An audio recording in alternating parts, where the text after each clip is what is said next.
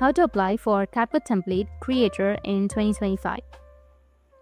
If you want your template to show up publicly inside CapCut for others to use, there's an official way to apply, and we'll walk you through the whole process step by step. So to do that, first you need to open up your browser and search for CapCut Creator Program. Now tap on the link that says something like a CapCut Creator Program US or US Template Creator. This is the official page.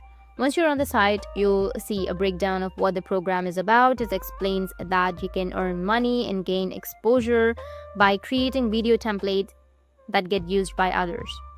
At the top of the page, you can tap on Apply Now. Now you'll see an application to apply. You'll see an application form.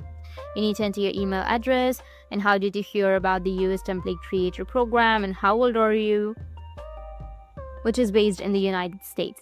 They may expand this in the future. So use a valid email address, select how you heard about it, and then confirm your age, meet all eligibility requirements, fill out all the details, and tap Submit. Once your application is submitted, CapCut will receive it. If accepted, your account will be given creator access. You'll be able to start publishing official templates for others to use right inside the CapCut app.